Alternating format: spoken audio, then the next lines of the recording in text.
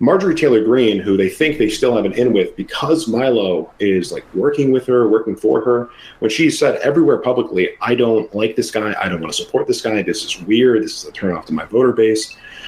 And if you have like the exact number, or excuse me, exactly the most right-wing candidates in America, you know, from Joe Kent to J.D. Vance to Paul Gosar to MTG, and I think Lauren Boebert or whatever was also attacking them. Like you've pissed all these people off. There's literally no political future for you. I was thinking about it when you brought up Milo. I don't think I made it clear enough earlier, and I think this is something that needs to be repeated. There is no political future when you have no candidates. You appeal to an extremely small number of people to the point where you have to lie about the number of people who are actually watching your show to not demoralize the people who are in your cult or whatever. Like, this is a political movement that's imploding, you know? Sorry, go ahead. I don't know why he can't. I mean, I guess I do know, because then the donos dry up from the backers if they don't believe that it's not a serious thing. This is I Don't Speak German.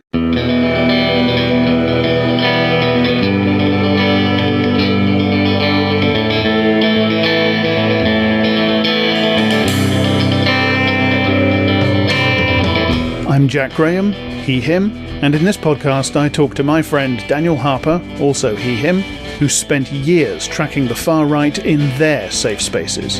In this show we talk about them and about the wider reactionary forces feeding them and feeding off them. Be warned, this is difficult subject matter. Content warnings always apply.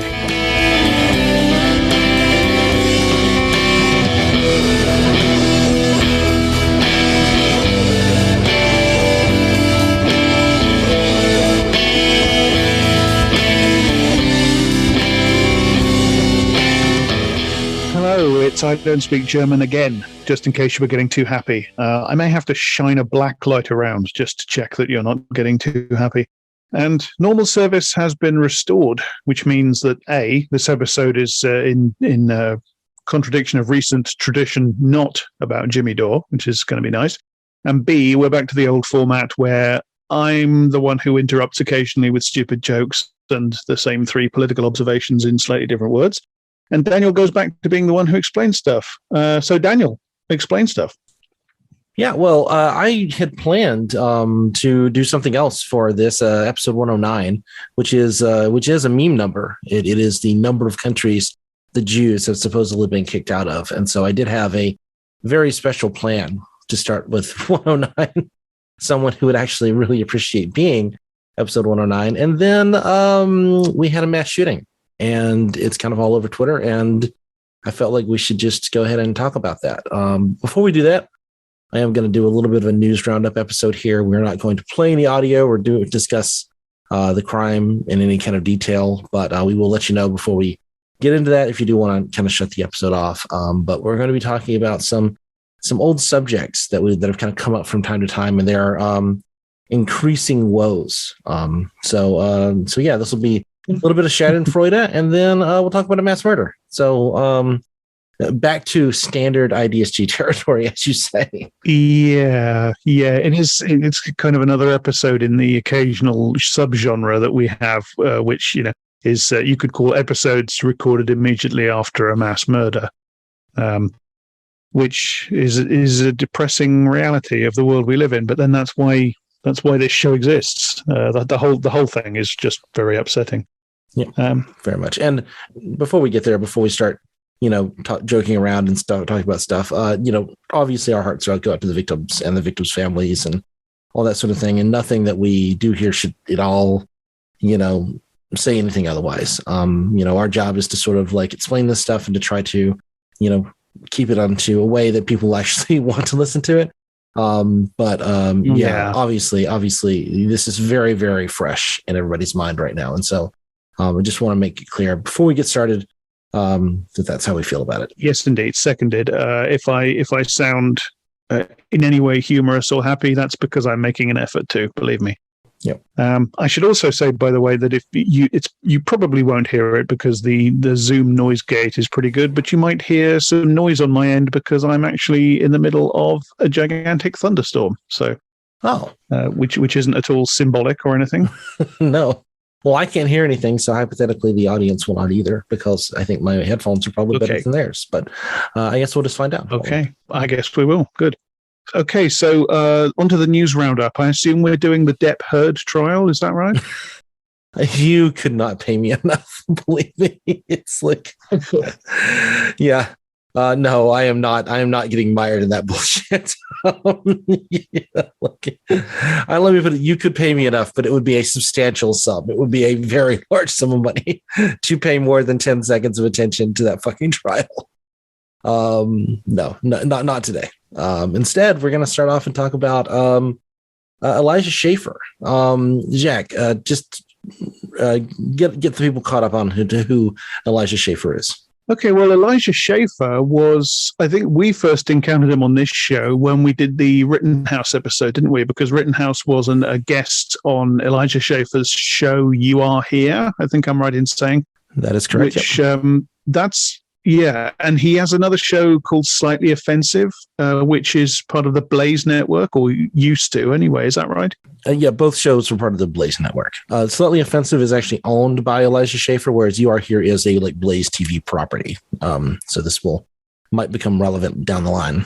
I think since I first heard about him via you, he's kind of become everywhere, at least in the sphere of those of us who pay attention to these people. Yeah, he made an appearance in at least one of the Tucker Carlson documentaries, the one about Kyle Rittenhouse, actually in two of them, because he appeared in the Patriot Purge documentary as well. I have not watched the End of Men one, but it wouldn't surprise me if he showed up there as well. And he's done a ton of... is that the one where Tucker approvingly shows a man lasering his own balls? That is the one. I have not taken the time to go view that one yet. But yeah, I don't know. There might be an episode in that down the line, or at least some of the tropes there. But so I don't know. I didn't watch that one yet, so I don't know if he appeared in that. But his star is on the rise. He's definitely made a lot of guest appearances, and I think it's one of those things where, once you see him, you can't unsee him. Once he's fairly nondescript until you know who he is. And then suddenly you notice that he's just kind of always been everywhere, interestingly. Yeah, I just recently became aware that he'd had a guest appearance with Tim Pool, which was fun watching.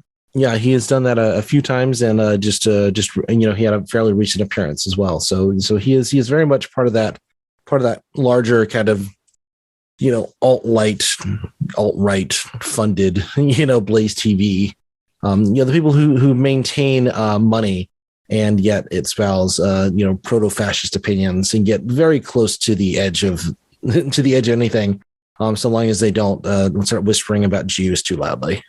That seems to be the boundary. Yeah. And there was something else. I think, he had a very awkward guest appearance on Slightly Offensive by Dave Rubin recently, which was quite funny. And he's fucking awful. He's been talking about how Native Americans should leave America because it's their own fault they were genocided. It's except that they weren't. It's so on and so forth. Right. Yeah. No. I follow him on Twitter, and I'm just constantly screenshotting the most awful things. Yeah. He's very Christian on Twitter, isn't he? I had a look at his Twitter the other day, and it's very, very Christian. Yeah, no, and increasingly so. And in fact, I think this is kind of segueing into kind of the larger, the more immediate story is that last night, as we're recording this on Sunday, the 15th of May, 2022, and late last night, or, sometime yesterday evening, Eastern time, Sydney Watson, his You Are Here co-host, tweeted out a statement. And it reads in part, "I left the show. There were a multitude of reasons for doing so. Ultimately, the professional situation morphed into something untenable. Towards the end, I was extremely unhappy. Like I mentioned before, I was pouring from an empty cup, and while I tried to be professional and happy for you all on air, it wasn't sustainable." So this is easy to read things into, particularly if you've kind of watched their dynamic. Sydney Watson's kind of role on the show was often to sort of take the brunt of abuse from the listeners or from the viewers, and that they would make her read kind of horrifying things like Holocaust denial jokes and that sort of thing. And there's always kind of making fun of her being a woman. She's also an atheist and an outspoken atheist. And I think that as I've followed Elijah Schaffer's trajectory, particularly in the last couple of months since we've been talking about him, he has gone way stronger into like really overt sort of Christian dominionism and a like a political Christianity that I'm not saying it wasn't there before, but it became much more, hardcore and a lot more like kind of outspoken. His mask definitely kind of came off in certain places. And what's unclear at this point, because I believe he removed Blaze TV from his Twitter profile and then re-added it. At least I saw people talking about how he had taken it off, but then when I went and looked, he had it back on there again. So I'm not sure exactly what the status of that is. There's speculation that You Are Here has just been canceled. And there's speculation that maybe it will continue with Elijah Schaffer and another host. But Sydney Watson is remaining with the Blaze TV network. So it does appear that whatever kind of conflict there was, it was specifically between Schaffer and Watson, right? It's not that she doesn't want to work for Blaze TV. It's not that she disavows any of her former opinions or anything like that. It's, I can't work with this fucking monster anymore. That seems to be the trajectory. Yeah.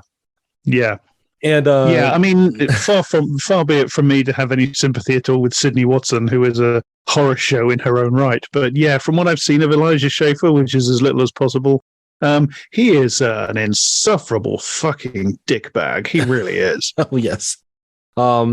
His tweet immediately thereafter was just, "I just got professionally dumped by text, LOL." And then, minutes later, "It's not you, it's me." And so he found out. So either Sydney Watson professionally dumped him or the Blaze professionally dumped him. And I am really curious to know which one it actually is as to, what this looks like moving forward. Again, there's a lot of speculation going on right now about what's actually happening behind the scenes. Fascinatingly, just a few hours ago. So kind of immediately before this happened, Elijah tweets, "Mormons are not Christians. Very nice people, love them. Much of my family are LDS, but they are going to hell. Not followers of truth. Makes me sad, but can't deny the gospel. I struggle in many ways too, so can't condemn, but can't pretend their faith isn't already condemned." So, do you know of a prominent Mormon who might work for Blaze TV, Jack? Yeah. I believe Mr. Glenn Beck himself is in fact a gentleman of the Mormon persuasion. Yes. Yes, very much so, and has been since the late 90s. He was an adult convert at that. So Glenn Beck responded, the next day, like earlier today. "Elijah, thank goodness you know the truth, all caps. Assuming I'm one of the many nice people who the Lord has made clear to you is condemned, I just need to know if you still want a guy who is going to hell as a mentor?" ? And Elijah responds, "Appreciate you deeply as a mentor and example. I know the specific comment on Christian doctrine is one of the few we disagree on. Nothing but respect for you and the political sphere in your heart for this country regardless. My views on the LDS Church don't change that." So he's doubling down. He's completely doubling down on this. He is not, There's no apology. There's no nothing. And who knows what this is going to end up being, whether this is going to be like just the dive bomb of his career or, what's happening. It would be amazing to see him just like completely collapse, like a paper cup and a depth charge over trying to make this bold moral stand. Yeah, it's remarkable. It's remarkable. Yeah, that is quite something, isn't it? I mean, firstly, imagine your one problem with Glenn Beck being his Mormon religion, and B, poor Glenn. Honestly, what it must be like to be the subject of bigoted public comments about a group that you happen to be a member of. I mean, that must be terrible. I'm not even joking. I'm not even joking. One day we're going to do a bonus episode about Glenn Beck's techno thriller novel that he wrote back when he was a big name, called The Overton Window. Yes. It's lovely. It's lovely stuff. Anyway, that's kind of the end of that segment, just because that's where we are right now. And I don't want to kind of get into speculation. There's a lot of speculation going on among, kind of mutual fans of, like Sydney Watson and Elijah Schaffer. And, once that starts to happen, you start to like see people like, oh, there was this clip from 3 weeks ago where he started like saying these things. And then it's really nice for me as a researcher when they start arguing with each other, because they just show you all their worst elements. And it's nice. It's a nice thing for them to do. For me, it makes my job easier, really. So we're going to keep tracking that. If that turns into anything, I mean, I am working on kind of a larger project with Elijah Schaffer, and this looks to be like just the cherry on top that's really going to make that move forward much more easily ultimately, because I have learned a lot about Elijah Schaffer's history in the last, like literally in the last 12 hours. So we're going to, there's something bubbling in the background, which I hopefully you will get to see and hear in the not too distant future, but it does involve Elijah Schaffer. All right, moving on. More, far right infighting, this time of an even more vicious nature. And we're going to be talking about Nicky Boy, Nick Fuentes, and his pals.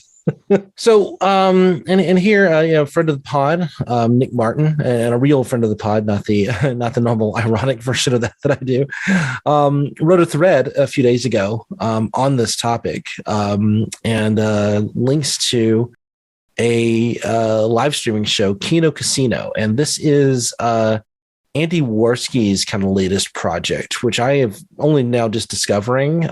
It's been around for a few months, but Warski, if you remember, I mean, and this was like during the like 2018, 2019 blood sports days, was one of he co-hosted a show with Warski Live with JF Gary Ep, and would kind of the beginning of the like online debate culture in which like far right people debated not so far right people, or extreme far right people would debate ordinary right wing people, and occasionally a lefty shows up. Yeah, and Mike Enoch appeared on these. I mean, Nick Fuentes has appeared on these. I mean, it's just like very, very lucrative bit of like YouTube infrastructure at this point. I mean, it just is. And Kino Casino, from what I have gathered from watching the 5.5 hour episode that we're going to be discussing,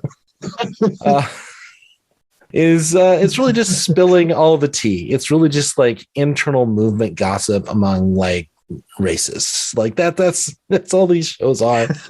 And so it is if you're willing to sit down and watch it, you can learn a lot about what these people really feel about each other. And the cold open was from this. Yes, the cold open is from this. So all the clips that we have to play today are from this segment. And believe me, you and I could sit down and just play this, just skip around in it. I could find 50 clips that are just amazing. The voice that you heard in that cold open was someone named Jaden McNeil. Now, Jaden McNeil is, I believe, currently 20 years old. He's one of the high up people in America First, or has been for the last couple of years. He's listed on some like official paperwork from like the America First Incorporation. Like so many of the groypers are just like anonymous trolls. They're just anonymous people on the internet. And even people who are within the organization are not like named people on any kind of, like Jaden McNeil is one of the few who's actually like listed on paperwork for America First. Like that's how high up he was in the organization. And the version that Nick Fuentes is telling is that Jaden McNeil kissed a girl or maybe got laid, and that was in violation of the spirit of America First, like because he's no longer celibate, he's no longer godly, or just he's interested in women, which one of our clips is going to kind of demonstrate some of the depths of the misogyny that just kind of runs through this entire movement. We could go into like deep psychological details here, and maybe we'll discuss that briefly here in a minute. But Nick Fuentes' version is, I kicked Jaden out because he chose a girl over me, and he chose to do this instead of being like devoted to the cause, et cetera, et cetera, et cetera. And then there's like this implication that like, oh, he, brought a girl over and like, made a mess on my couch, like presumably some kind of like sexy mess or something. Like, it's just like one of these like, oh my God, and look, let's not. There's hope for you, Jaden. There's hope for you. And I mean, he's literally like, talking like, I kissed a girl like 10 months ago. And now, I kissed a girl and I liked it. and Nick Fuentes is like kicking me out of the movement now for it. Yeah, it seems to be sort of Jaden McNeil's thing. But Jaden is also like, no, there's a lot more going on behind the scenes. And the things behind the scenes are like, look, I was listed as the treasurer of the America First thing. And Michelle Malkin was listed as like a big important person on this paperwork. And Nick Fuentes did not share any of that data with us. It was like in name only. He kept everything super close to the chest. All the like information about the private donors, all the information about everything was in like Nick Fuentes' possession. We never had any kind of access to that. And he used that to control the organization with an iron fist, Yeah. And to be clear, you're not allowed to do that because America First is it's a non-profit foundation. Right. As Nick Martin himself points out in the thread you're talking about, the board members are they have to be there in order to provide accountability. Right. I get the sense that there is, pending legal matters kind of happening behind the scenes on this as well. Mm-hmm. It would not surprise me at all to find out that these people start suing each other back and forth. And then it's all going to come out in public documents. And how great is that going to be? Actually, a civil lawsuit may not come out. That's going to be nice. That they may just, they may just seal that off and we'll never get to see it. But they're going to bitch about each other through the entire process, whether that helps their case or not. And so we're just going to have many, many more hours of this kind of lovely, lovely movement and fighting to entertain us. I mean, that's not even like, that just scratches the surface of what goes on in this 5-hour, live stream, because there are all kinds of allegations of like, Nick Fuentes was like helping the feds, was like feeding people that he didn't like to the feds over the January 6th stuff that he was involved in. And the reason that he never really got prosecuted for it is because he was turning people over. I mean, there's just all kinds of, all kinds of stuff happening in these, in this conversation about like the donors and protection of donors and, a lot of like nitty gritty movement insider stuff. And I'm putting a link to this in the show notes, not because I think people should watch it, but because I think people should at least watch 10 seconds of it and get a sense of just how inside all this is. Like, there's a lot of like, you have to know who various people are and who they meant to each other within the movement going back like 2 years in order to really make any kind of sense out of this. And I think that that's like part of the reason that it's so difficult to cover this kind of material, because none of this matters, right? None of this matters. One of the things that I picked these clips for is all of the people on this call are absolutely Nazis. Like, by almost the most like hardcore definition of the term. Like, these people, they do not disagree on ideology. They do not disagree on like where the world should be. They do not disagree on, any issues of substance. It is completely personality driven and completely, like God driven or whatever. Like there's no sense of which like Jaden McNeil is coming forward and talking to Andy Worski because he's left the movement and like the scales have fallen from his eyes and he knows how toxic this thing is. No. These are not good people. None of these are good people. These are completely disgusting fuckheads. And there's no reason that we should take that as anything else. But I guess let's no, this is the fundamental difference between the far right and the far left. The far left, people on the far left who agree about 99% of everything will split over the details about what exactly Kautsky meant in the 4th paragraph of a paper that he wrote to be delivered to the Second International in 1922. People on the far right will split over, dude, you came on my couch. I mean, I'm not saying that never happens among, I'm sure there are some anarcho-communists who had similar levels of disagreement about whose semen went where, but they tend not to be, like major movement figures. Anyway, let's play this first clip here and just give you a sense of some of this. This is a little bit long, but I think it gets somewhere interesting. Gosar will be reelected despite Nick's best attempts to slander him. So this is talking about Paul Gosar, who was like kind of a major figure at AFPAC 2 but declined to be a part of AFPAC 3. And this is a Jaden McNeil sort of talking through some of the logic behind why he thinks Gosar declined to be involved in AFPAC 3.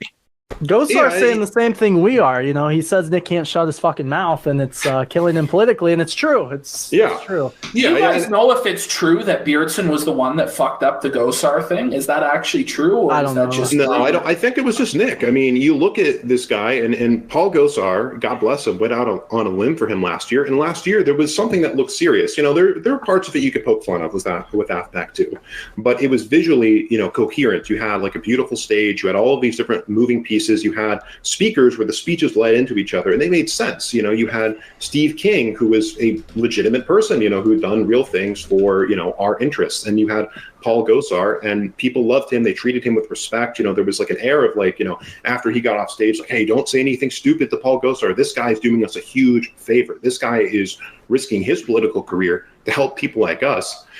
And, you know, how does Nick repay that sort of thing? How does Nick repay one of the most right-wing congressmen in America going out on a limb? Instead of like, you know, trying to make sure that his message is like becoming more and more like in line with like what conservatives as a base would find appealing, you know, trying to make sure that like what Paul Gosar just associated with isn't like fucking repulsive to most like boomer conservatives. Instead, he starts like, oh, you know what? I feel like I'm going to start saying the N-word every night now. I'm just going to start saying the N-word every night. I'm going to, you know, start counter signaling every like major mainstream conservative talking point. You know, like if you look at, again, Marjorie Taylor Greene, they're touting this as like this huge win for the Groypers. Oh, she showed up on stage. She didn't know where the hell she was. You know what I mean? And after the Marjorie Taylor Greene appearance, the very next day, oh, I don't know who Nick Fuentes is. That's his views. Oh, I hate that. I don't want anything to do with that. And then to bring it back to Paul Gosar, at AFPAC 3, he wouldn't go there because he knew that Nick was a fuck up, that Nick couldn't keep his mouth shut. He couldn't stop himself from saying the N-word or comparing himself to Hitler, things that a serious political person would not associate with, right? You know what I mean? Imagine being at a dinner party with this guy, you know what I mean? You're like sitting down having a steak, and he just won't shut the fuck. I'm Adolf Hitler, and I'm going to rule the world. Well, it's actually Joseph Stalin. It's actually Joseph Stalin. He doesn't even idolize Hitler. It's fucking Stalin. I'm going to send the Groypers to the gulags. Okay, I got to ask, because we're talking about optics and all this. We're all going to the. So, a little bit of background knowledge there. Apparently, privately, Nick Fuentes would constantly compare himself with Stalin. He saw himself the appropriate historical analog to Nick Fuentes, and Nick Fuentes' mind is Joseph Stalin. So, also, these guys, if we're going to demonstrate that they are actually Nazis, you know, the whole thing is, well, you don't go around calling yourself Stalin like Hitler. Call yourself Hitler. You're gonna, right? There is no countersignaling of like the most noxious ideologies in human history in this group, in this chat. Like at no point is there ever anything like that. So I did just want to include that bit. No. But also, what's the essential thing here for these guys? What's the America First like plan? What's Jade McNeil think you should be doing is you get like a big, powerful congressperson on your side, like a you know, the most right wing, the most correct of the, you know, kind of cucked party. And then you just suck up to them and you get within their orbit. And that's how you kind of gain access to the levers of political power. And the criticism of Nick Fuentes is he says he's doing that, but then he can't shut up about Hitler. He can't shut up. He can't just keep saying the N-word. And the implication there is that Paul Gosar wouldn't disagree with Nick Fuentes because Nick Fuentes is praising Hitler, but because Paul Gosar has to maintain an air of respectability, right? This is fascinating. This is fascinating. Now, whether this is true of Gosar or not, you know, like Gosar got on the America First thing pretty early. I'm pretty sure he's, you know, down with a whole lot of this shit. I don't think that it's possible for him to be dumb enough to not realize who he's playing footsie with at this point. But the fact that Jaden McNeil sees it this way, and the fact that like this is like just kind of common conversational parlance, like this is the frame with which this conversation is being held, really does speak volumes to me. Oh yeah, absolutely. Yeah. Yeah, I mean, like the Marjorie Taylor Greene thing. Marjorie Taylor Greene is capable of going to that conference and saying her Marjorie Taylor Greene things to that conference and getting the reception that she got. And so there's clearly loads of points of contact ideologically. The only thing that makes her disavow the event is when somebody says, well, Nick Fuentes has said this, that, and the other embarrassing thing, whereupon even Marjorie Taylor fucking Greene thinks, well, I don't want to be associated with that. Right. Or, suddenly they put the name white nationalist or white supremacist or, that sort of thing on it. And whether Marjorie Taylor Greene, it's like, no, I don't believe in white nationalism. I just think that there's an anti-white agenda that is coming after regular folks, and that we should focus on the needs of those people instead of the immigrants and the groomers. Not words in like Marjorie Taylor Greene's specific voice, but Marjorie Taylor Greene agrees, with 90% of a white nationalist agenda, even if she's not calling it that. And I think that's the. That's the thing there, and so these kinds of right-wing Congress people, again, playing footsie with extreme groups like this goes back decades in American politics. This is only the latest version of that. Oh, sure. Yeah. Let's just move on into the next clip. Just again, wet our whistle with just a little bit more of Kino Casino.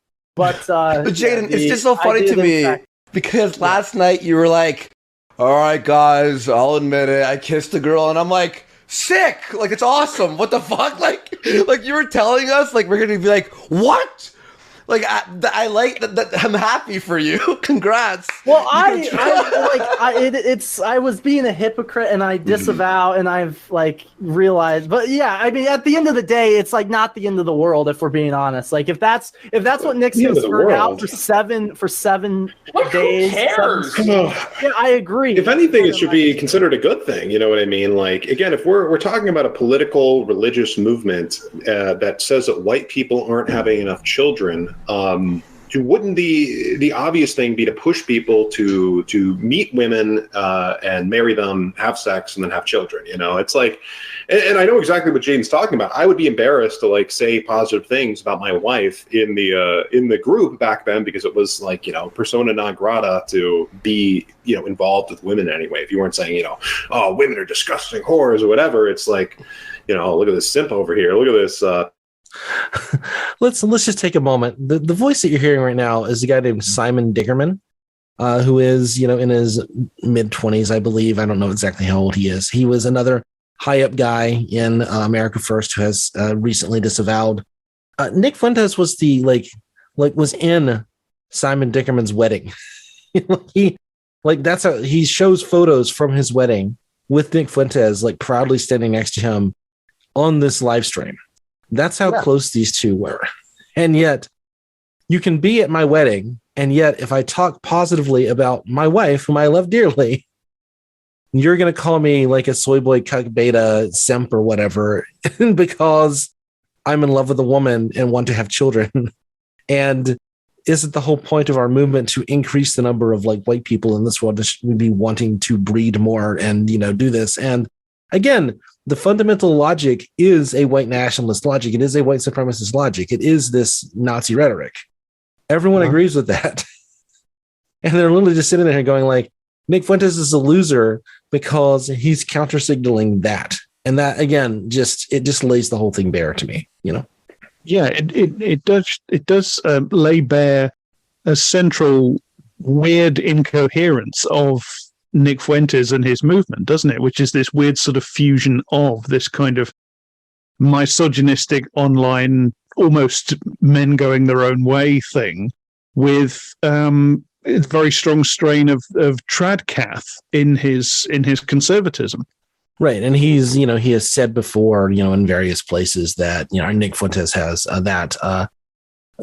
I'm married to this movement. I want to be in this movement. And maybe if I had, he literally compared, you remember at the beginning of Downfall when Hitler is there and he's interviewing these secretaries. If I could have a wife, if I could just pick a wife that way, that would be great, because that's what I want. It's just someone to cook and clean and do my laundry and, like take care of me and just not talk too much. Like that's, that's what literally woman wouldn't jump at that opportunity. Right. Who won't want to be that little twerp's, personal slave. Yeah. Yeah, exactly. Piece of shit. Oh man, he's a fake cell. And right. It's, and I don't want to like pivot off of the hilarious the big drop, the kiss too much here, but it's funny that that's their big drop when I think that what we're bringing on the show tonight is something of actual substance. You know what I mean? Yeah, like we reporting are talking, feds, doxing people, trying to ruin everyone's lives. Well, let's just remember, we talked about this at the beginning of the show. I don't think we went into it enough. 2x multiplier on Nick's viewership number. I helped build America First Live. I was not the main developer. The main developer, again, is a good guy. If there are any of these Kiwi Farms people listening, there are good people working there. There are. So again, not disavowing America First, the organization or the movement. It's just Nick Fuentes himself. The other thing that's interesting there is that one of the allegations is that when Fuentes was kicked off of YouTube and kicked off of DLive and had to move to his own platform, he was apparently getting about 8,000 sort of live viewers on a given night. And then when he finally got his own platform up, the numbers were smaller. They were closer to 5,000 instead of 8,000. And so they would goose the numbers artificially. They would just put a multiplier in for the number of viewers that were, shown live. And so instead of it being 5,000, it would be, they just double that. And so it would be 10,000 or 9,000 or something like that. But then later the numbers started shrinking smaller and smaller. And so they just kept adding more multiplier, to keep the view counts high, the counts high, which is, again, there's no way for me to know at this point whether that's true or not, but I think that's the sort of thing. True. I think that's true. I think that's very, very true. I believe that, there's no it's not that there's no reason to lie about that. It's that's a pretty brazen lie. That's a pretty obvious lie. And based on everything we know about Fuentes and about his sort of increasing relevance to sort of the outside Nick Fuentes' cult crowd, he is not growing in influence in terms of gaining more young people to this cause. They're moving on into kind of other spaces. But he is gaining influence with various political actors. And one of the things I could not find a quick clip that would demonstrate this. Apparently he got MTG involved and he got Gosar involved and some of these other Congress critters involved through Milo Yiannopoulos. And that's why Milo Yiannopoulos is a part of the America First movement, because he, of all fucking people, has access to congressional phone numbers. Congress people will return Milo Yiannopoulos' calls, apparently. That is wild. That is fucking wild. Yeah. Yeah. But, Milo got banned from Twitter. So, deplatforming was the only thing that had to happen, ultimately. Nick strikes me as kind of another one of these people that desperately wants to be a cult leader. Some of this is cult leader behavior. Yeah, no, definitely. I mean, there really is a strong hint of that and ultimately this is kind of influencer culture in general in terms of, kind of gaining this sort of online, fan base, gaining these people who are, but in particular, I think live streamers suffer from this. And you're just there, you're just talking hours every night and you're just bringing people into your fold and you're kind of becoming a part of their lives and they're becoming a part of yours. I mean, this is something you see, this is non-political. I mean, this is or apolitical. It's not or non-partisan anyway. It doesn't happen to a particular tendency, but particularly in these kind of right-wing spaces. I mean, I think you find this kind of audience capture very quickly. And I think that it attracts the people who do I can't imagine I like doing this podcast. I like sitting and talking to you. I like doing the research. I wouldn't keep doing this if I wasn't enjoying it. The idea of sitting for 4 hours a night, 3 nights a week or 7 nights a week or, for longer hours, the idea of having to be on and be coherent that many hours a day is terrifying. It is just it would be hell for me. I could not do it. I don't have the personality for it. Nick Fuentes has been doing it for years at this point, for 4 years, almost 5 nights a week. It's absurd. I know what you mean. Yeah, it is kind of it is kind of head fucking sometimes to think about just the sheer amount of time some of these people spend on the internet, live streaming, just off the top of their domes, talking about shit or having these endless conversations that go round and round. Yeah, and I mean, Kino Casino is literally a show that's built on like taking clips from those other shows and then like responding to that, and then there will be clip channels of that, and then people will respond to like it's this whole like ecosystem. And I think that's something that we've talked about in various times before. I mean, even back in like 2019. We were kind of talking about how this ecosystem works. And I think that like kind of taking the worst of it and getting it off of YouTube, it meant that they had to build these sort of alternative platforms. And I think that's what we're seeing now is that they just have these, they know what they are and are not allowed to say. And that goes even for the more well-funded people like Elijah Schaffer, who has an actual job, an actual, he's not just kind of building something by himself. He has real sponsors. He has real donors. He has, et cetera. The idea that, they know exactly where the lines are. They know what they can and can't say. And then they take anything that's more extreme than that and they just take it to another platform, right? Or they kind of disavow it, but like, inquire about it or whatever. They speak the same language. They just don't, say they don't put the mask off quite as regularly. And I think that's what this whole conversation is. It's like no one in this conversation is like, well, we're totally not a Nazi.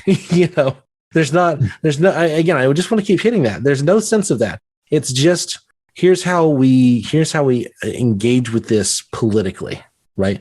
And that's the thing that really kind of like, I get out of like watching this material at this point is it's all part of the same, culture, this like toxic far right culture that is going to end in genocide ultimately.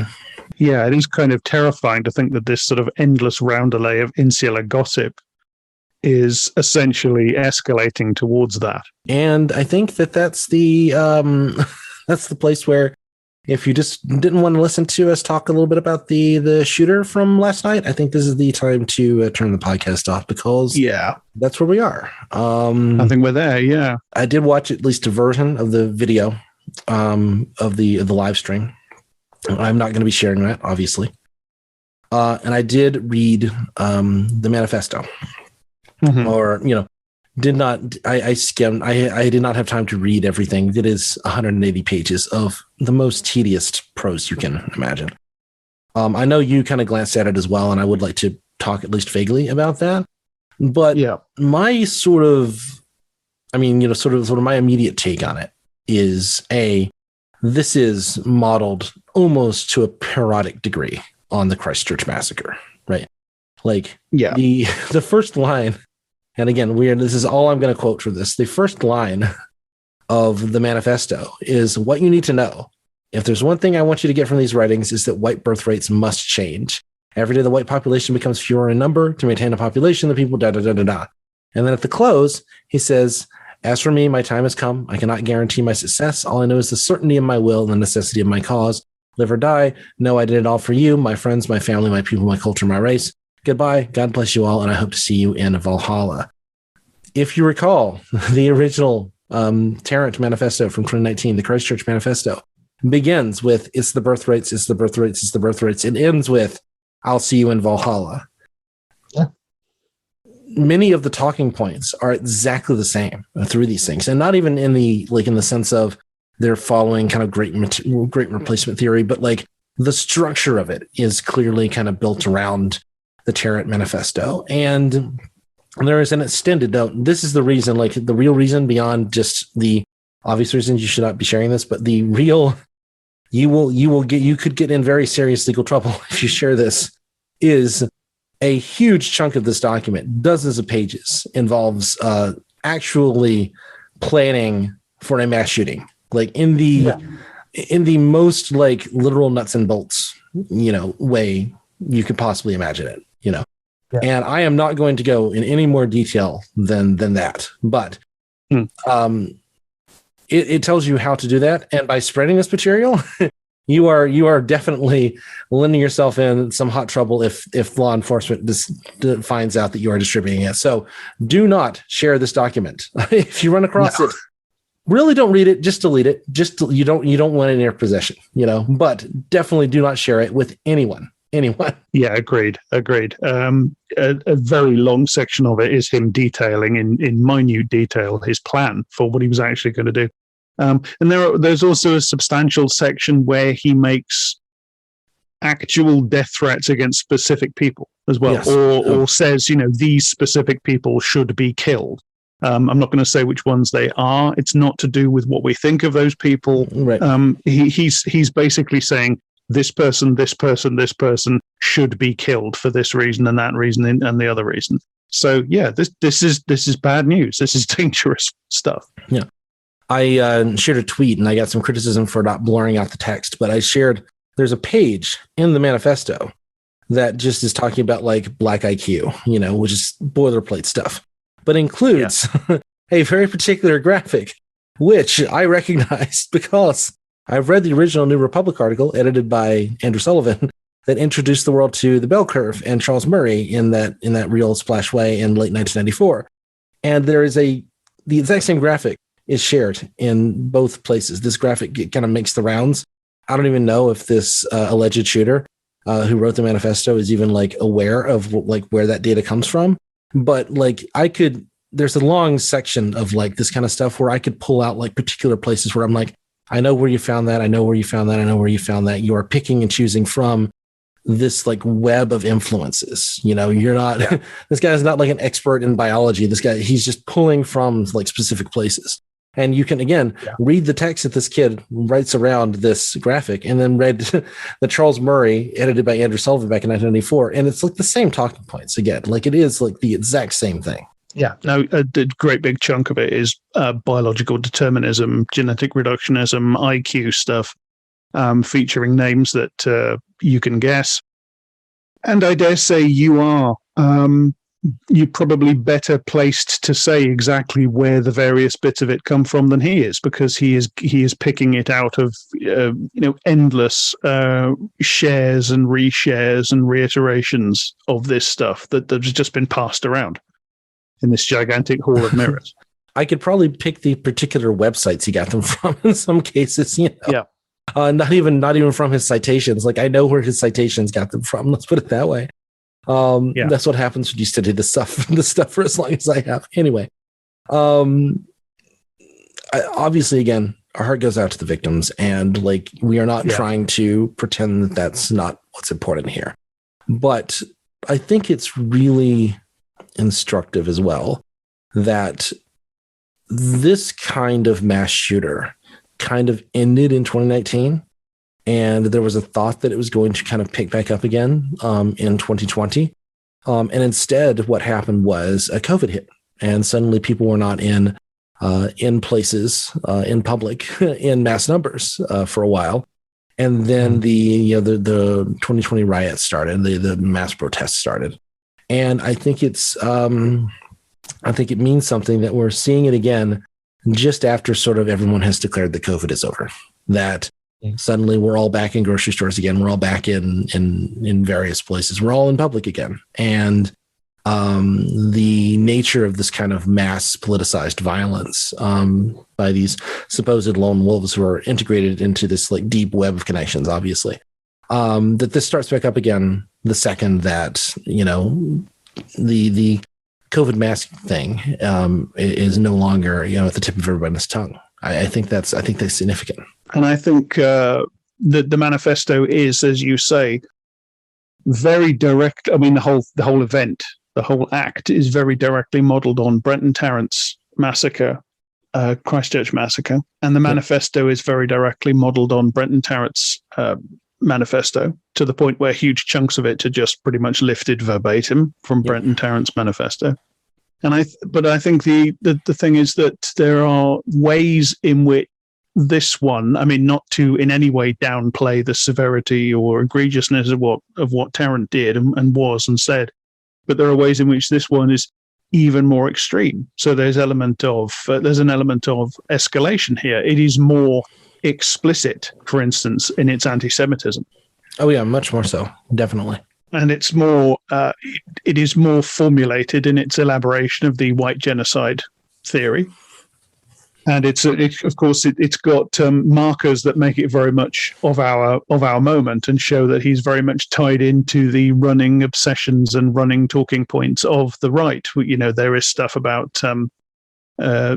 transgender people in there. There's stuff about critical race theory, supposedly endemic child abuse, etc., organized by the Jews and so on.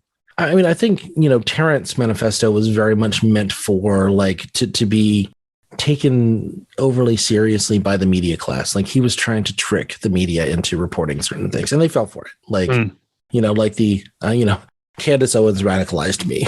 You know, that was something that like every liberal journalist, you know, who glanced at it was just like, you know, well, of course she's awful. And like that was a troll. That was deliberate on their part. There's a lot of that kind of stuff going on in this one as well. But I think what I get from reading it, and, you know, I'm happy to kind of listen to other people who have studied this stuff who might disagree, because this is kind of my interpretation.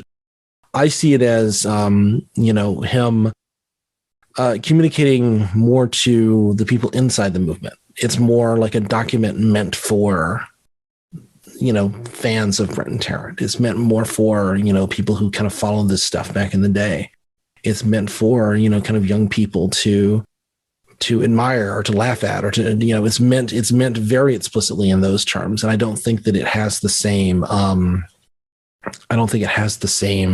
staying power. I don't think it has the same like sort of accessibility to kind of more normie journalists, in part because it's just so long. It's ridiculously long. And just filled with memes. It's filled with old memes at that. It's filled with, some of the stuff is from like 2014, 2015. I saw somebody talking about, you know, they looked at it and it was just like, man, this just feels so quaint that he's talking about like race and IQ.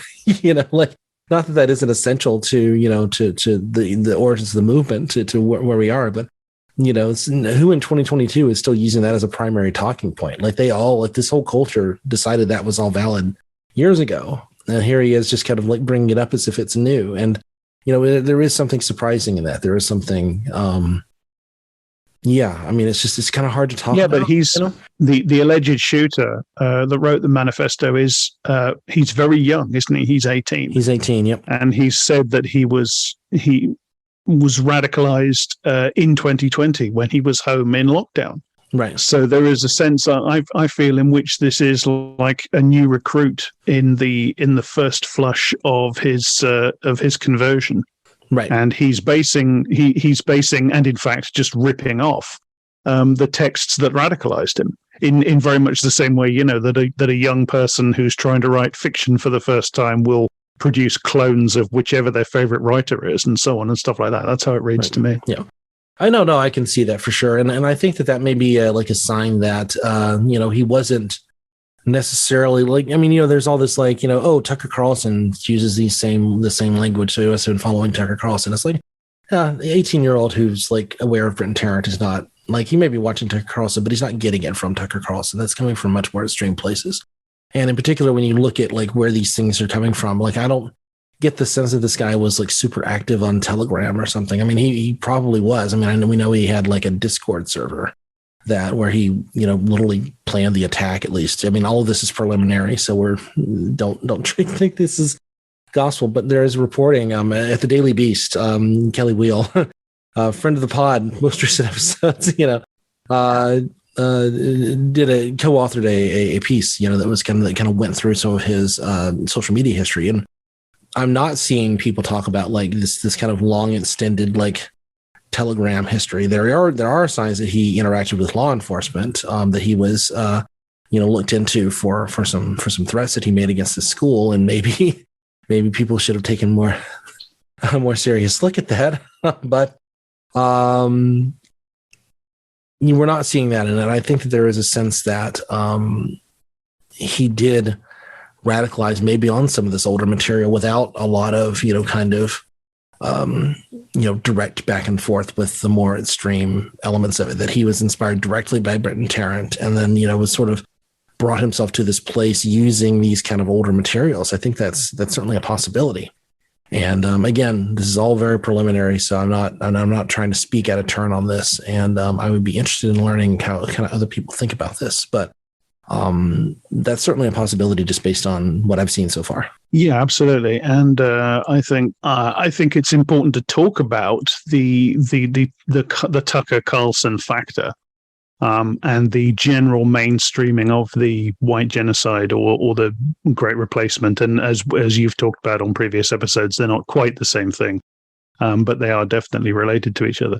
That factor whereby this is becoming mainstream, like for instance the recent poll that found that a third of American adults say that they believe something that is at least very obviously related to the Great Replacement theory.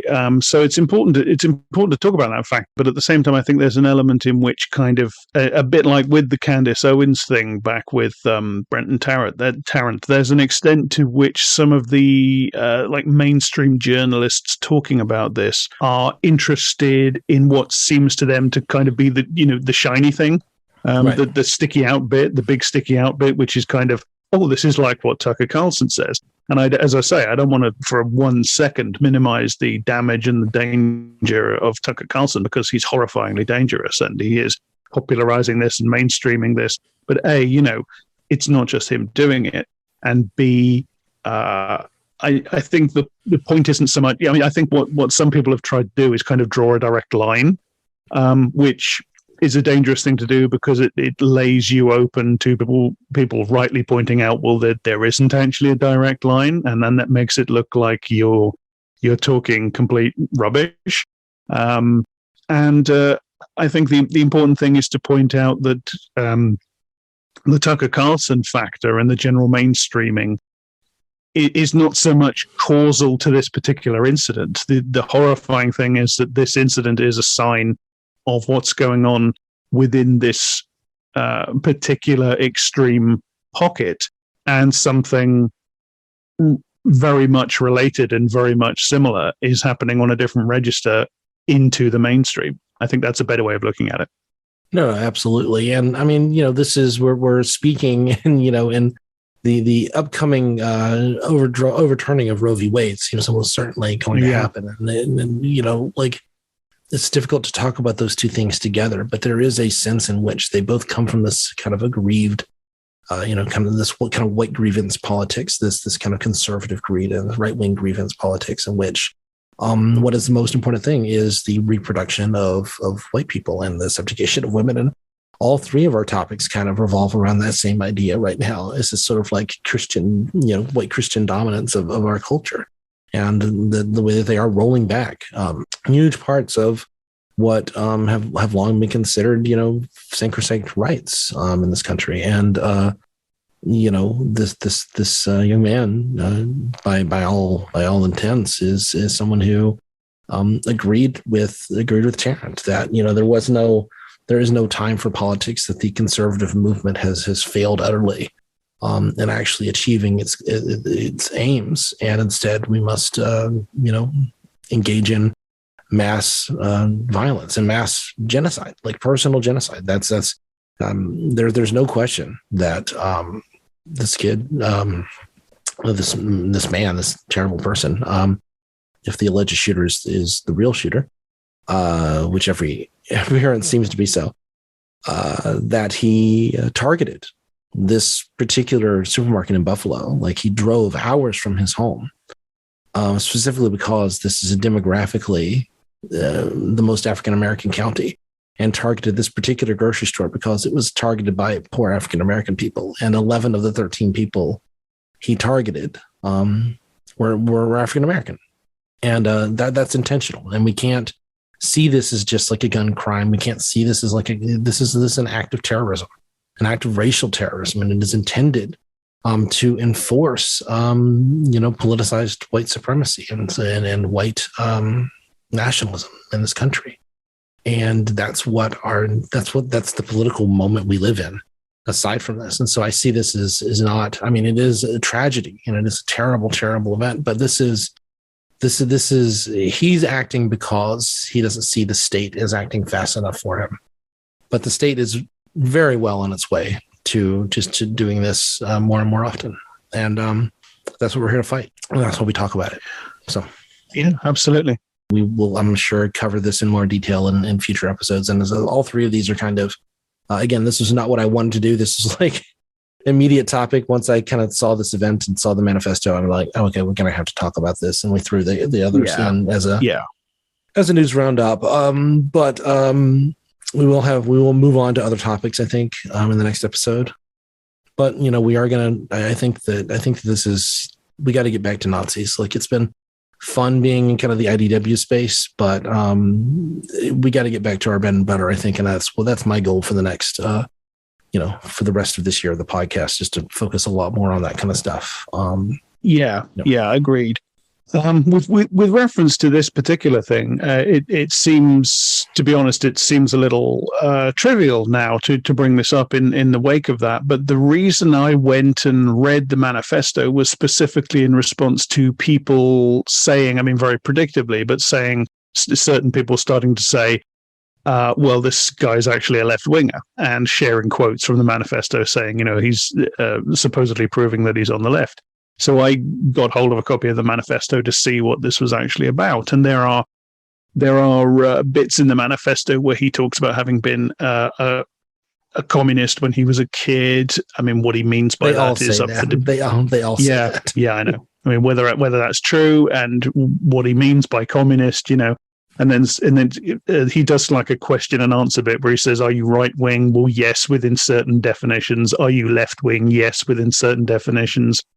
Are you a socialist?" And he says, well, workers' control of the means of production depends on who the workers are and what they're going to do with it and why. It said, well, it's obvious what that means. You know, it's I'm a Nazi. I'm a Nazi. That's he says that. Yeah. He says that. This is ultimately the problem with any attempt to claim that because he says at one point that, you know, I'm best defined as a populist, but I fall on the moderate authoritarian left on the political spectrum. He's obviously talking about that stupid fucking internet meme, you know, with the plot on the chart, you know. You mean the chart that is designed to make everyone look like a libertarian? Like you're supposed to be the right libertarian because you're supposed to answer in that way. And if you answer any other way, then you come across as like authoritarian left. Like, you mean that quiz? Yeah. That's the one. Yeah, that's the one. So, you know, But the biggest, I mean, all that sort of nitpicking over semantics is one thing. But the biggest problem with trying to claim that this guy is on the left in any sense is that every other word in the fucking manifesto, apart from like the technical stuff about exactly how he's going to do it, where he's going to park and so on, every other word in the manifesto is open anti-Semitism, open white supremacism, open hatred, bigotry, et cetera, and you know, he says, I'm a neo-Nazi. He just says that. He said, I'm not a member of any neo-Nazi groups, but I subscribe to neo-Nazi ideology. Now, I don't know, maybe I'm just being simplistic, but that to me puts the kibosh on an attempt to claim that he's on the left. You know, I mean, I would suggest even more on a more basic level here, and forgive me for taking the complete, dumb take here, but anyone who drives to a supermarket, patroned by members of the working class, who then decides to kill members of the working class, probably not a leftist, by any reasonable stretch of the word. You see, what you're doing there that's the no true Scotsman fallacy, you see.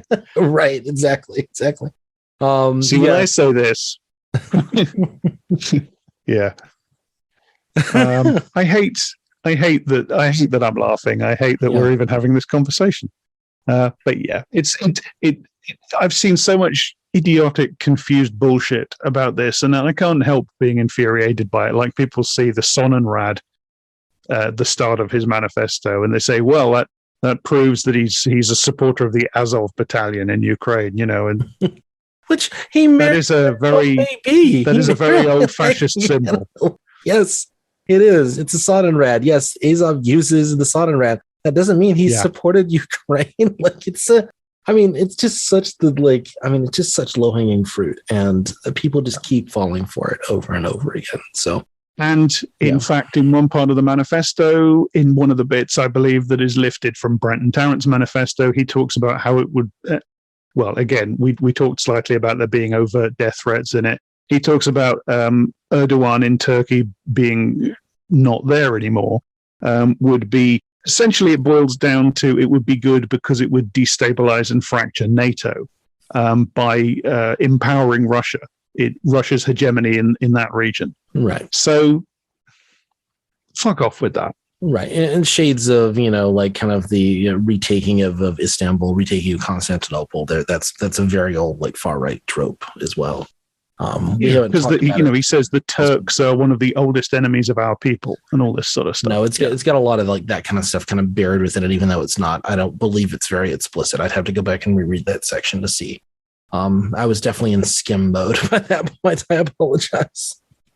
But yeah, I think we should wrap up. I think we've given this kid, this asshole, too much of our time at this point. Too much time already. Yeah.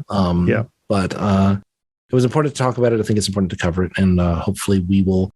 What I'm really worried about at this point is that one of the reasons that sort of Tarrant disappeared into the ether to a certain degree is because New Zealand has like very strict laws about like the publicizing of these kinds of crimes. And how it can be reported before he was convicted. The United States has no such thing, and I don't think this kid is going to become a Rittenhouse. But I think if this trial is highly publicized, it will be a complete shit show, and the far right will absolutely use it for their greatest advantage. Yes, indeed. Yeah. Well, we've talked a bit about Nick Fuentes in this episode. Nick Fuentes has already started pushing the idea that it's a false flag. Right. Yeah. So, no, that's going to happen. You're going to see the word glow in the dark or glowy or those sorts of terms, and that's a sign that like, oh no, this is a federal op. I was looking at Telegram last night, and it's just all over the place. So we are. Yeah, here we are again. Great. Okay. Well, that was episode 109. A very depressing episode 109 of I Don't Speak German. Okay, so we'll be back. We'll be back to cover more lovely topics in the future, which I'm sure will be great. The one I'm prepping for next time is Emily Yukis, by the way, who is one of the most disgusting people that we've covered on this podcast. So just look forward to that. That's what's in prep. So, hooray. One of the most disgusting people covered on I Don't Speak German, which which is not an overstatement. I assure you. That's quite a high bar to clear. But tune in to see if she clears it. I'm sure she will. Okay. Bye, everybody. Bye. Take care. That was I Don't Speak German. Thanks for listening. If you enjoyed the show or found it useful, please spread the word. If you want to contact me, I'm @_Jack_Graham_. Daniel is @Daniel E. Harper, and the show's Twitter is @IDSGpod. If you want to help us make the show and stay 100% editorially independent, we both have Patreons. I Don't Speak German is hosted at idon'tspeakgerman.libsyn.com, and we're also on Apple Podcasts, SoundCloud, Spotify, Stitcher, and we show up in all podcast apps. This show is associated with Eruditorum Press, where you can find more details about it. The music was by Loon the Band.